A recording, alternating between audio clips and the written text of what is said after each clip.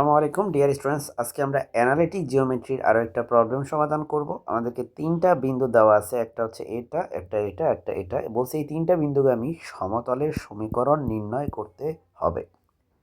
So প্রথমেই আমরা এই তিনটা বিন্দু দিয়ে একটা হচ্ছে যেই সূত্র আছে সেই সূত্র অ্যাপ্লাই করব। তোমাদের সূত্রটা আগে একটু বলে দিই। সেটা হচ্ছে তুমি এখানে লিখবা এক্স, এখানে লিখবা ওয়াই, এখানে লিখবা জেড, এখানে লিখবা ওয়ান ওয়ান ওয়ান, ঠিক আছে? ওয়ান ওয়ান ওয়ান ওয়ান এরকম লিখবা। তারপরে প্রথম বিন্দুটা এখানে বসাবা, দ্বিতীয় বিন্দুটা এখানে বসাবা, ৩ নম্বর বিন্দুটা এখানে বসাবা, দিয়া এটা নির্ণায়কের মান হচ্ছে ০। এইটা যদি করতে পারো, এই সূত্র ইউজ করতে পারো, এটাই মূলত হচ্ছে আমাদের এই ম্যাথটার সমাধান করার ওয়ে। খুবই ছোট একটা ম্যাথ, কোনো প্রকার কষ্ট হবে না, হ্যাসেল হবে না ইনশাল্লাহ। সো আমি লিখে নিছি, দেখো এই তিন বিন্দুগামী সমতলের সমীকরণটা কিভাবে বের করবা। দেখো তোমরা প্রথমেই হচ্ছে ধরো যে নির্ণায়কের জন্য তুমি একটা দুই পাশে দুইটা পরম মান চিহ্ন দিয়ে দাও।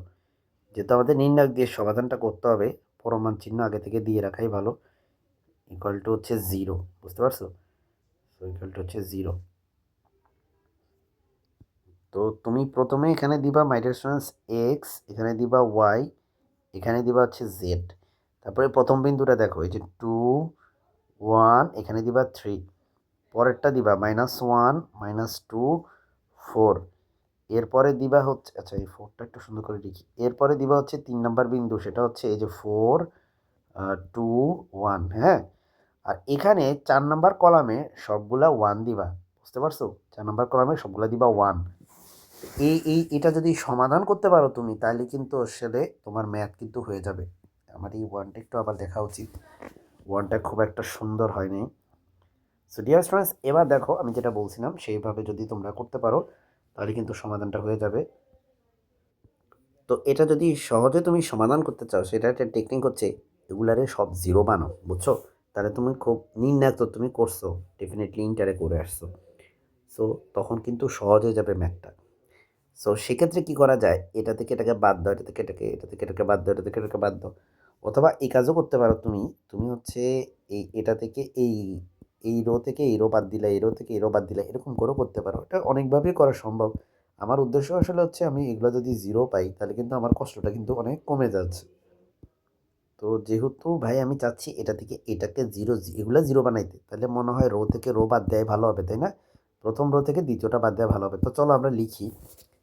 আমরা কোথায় কি লিখবো, দাঁড়াও আগে লিখবো ডান পাশে লিখি, চলো উপরে লিখি।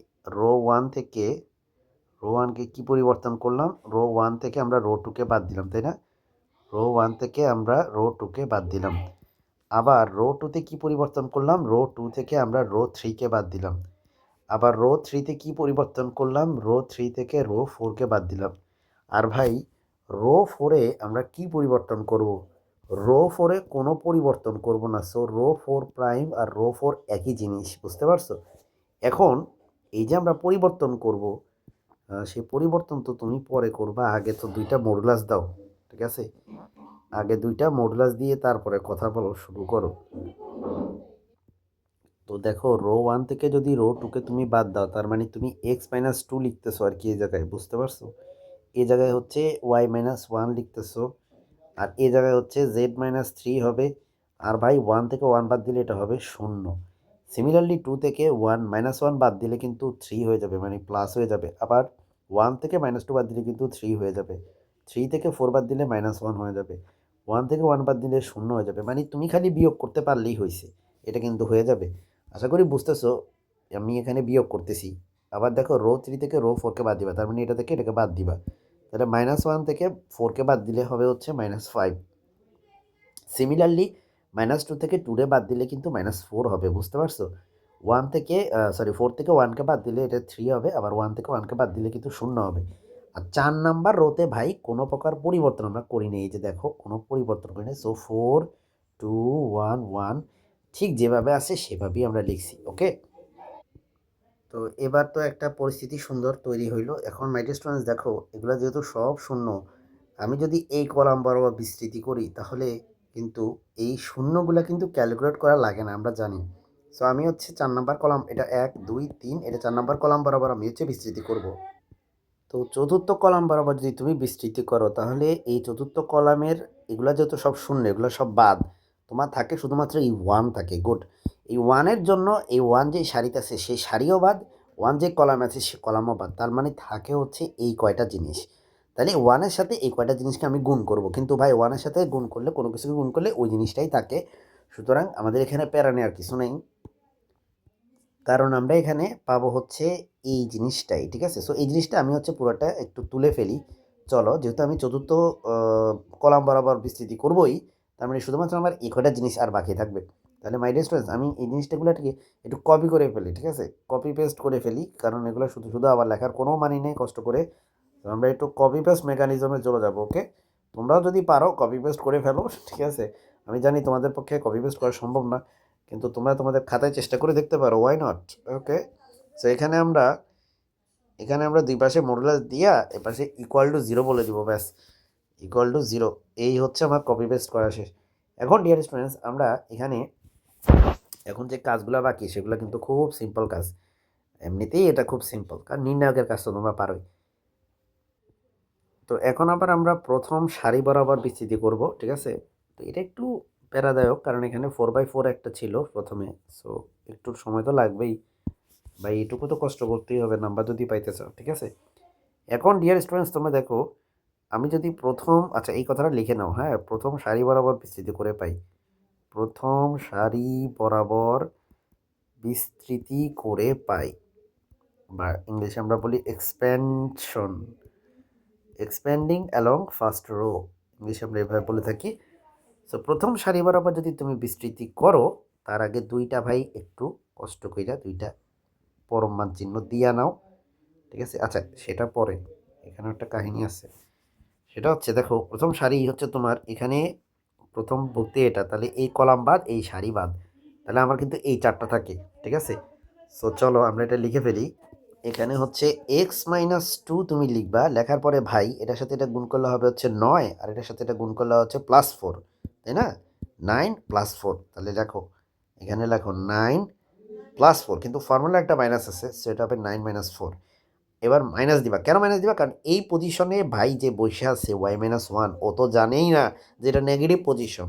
ঠিক আছে, আমি দুষ্টামি করে বললাম, ও জানে না, ওর জানার দরকার নেই, তুমি জানলেই হয়েছে। তাহলে এটা নেগেটিভ পজিশন, দেখো এইটা বাদ এটাও বাদ, তাহলে এই 3-এর সাথে এই 3 গুণ করলে হবে হচ্ছে আবারও কত, 9। ফর্মুলার একটা নেগেটিভ আছে।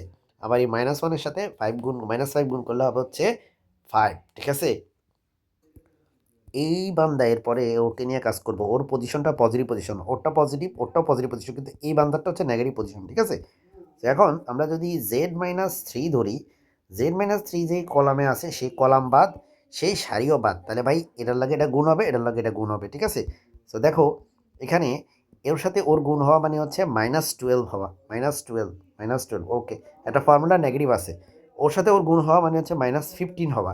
এই ফর্মুলার নেগেটিভ আর ওই নেগেটিভে মিলে হচ্ছে +15 হয়ে যাবে। ওকে, আর রাইট সাইডে এখানে আছে হচ্ছে 0, সো আমরা এখানে 0 লিখে দিই। আমাদের এখানে মনে হচ্ছে একটু ছোট করে ফেলতে হবে পুরো জিনিসটাকে, কারণ জিনিসটা বা একটু এদিকে চাপায়া লিখি, কারণ ওইদিকে বেশি দূর চলে গেছে। ঠিক আছে, একটু ছোট করে লিখি, চলো। ওকে, সো আশা করি এরকম বুঝতে পারতেছো মাই রেস্টুরেন্টস। তো এরপরে দেখো মাই রেস্টুরেন্টস, এখানে হচ্ছে 5 আছে, সো তুমি লেখো যে 5 ইন্টু, এখানে লেখো যে 5 ইন্টু x-2, তাহলে 5 ইন্টু x-2, আর এখানেও আমাদের এটা হবে 4, তাহলে এটা হবে 4 ইন্টু y-1। ওকে, আর এখানে আছে আমাদের হচ্ছে 3, সো লেখো 3 ইন্টু z-3 ইকুয়াল টু হচ্ছে 0। ওকে, সো মাই ডিয়ার স্টুডেন্টস, এখান থেকে তুমি যদি চাও এটাকে শেষ করে দিতে পারো, মানে যদি এটুকুতে শেষ করতে চাও আর কি। আর যদি সেটা না চায়, তুমি আরেকটু যদি সামনে যাইতে চাও, তাহলে তুমি একটু গুণ টুন করে নিতে পারো, এগুলোর সাথে এগুলো গুণ করতে পারো। ঠিক আছে, সো এগুলো তোমার চয়েস, তুমি কি গুণ করবা কি করবা না। তো যদি তুমি করো সেক্ষেত্রে তুমি লাস্টে এরকম একটা অ্যান্সার পাবা, 5x-4y plus 3z-15 equal to তুমি পাবা হচ্ছে 0। বুঝতে পারছো? তো এটাই হচ্ছে তোমার নির্ণয় সমতল। আশা করি ডিয়ার স্টুডেন্টস তোমরা এই ম্যাথটা বুঝতে পারছো। আজকে ভিডিওটা এখানেই শেষ করতেছি। আসসালামু আলাইকুম।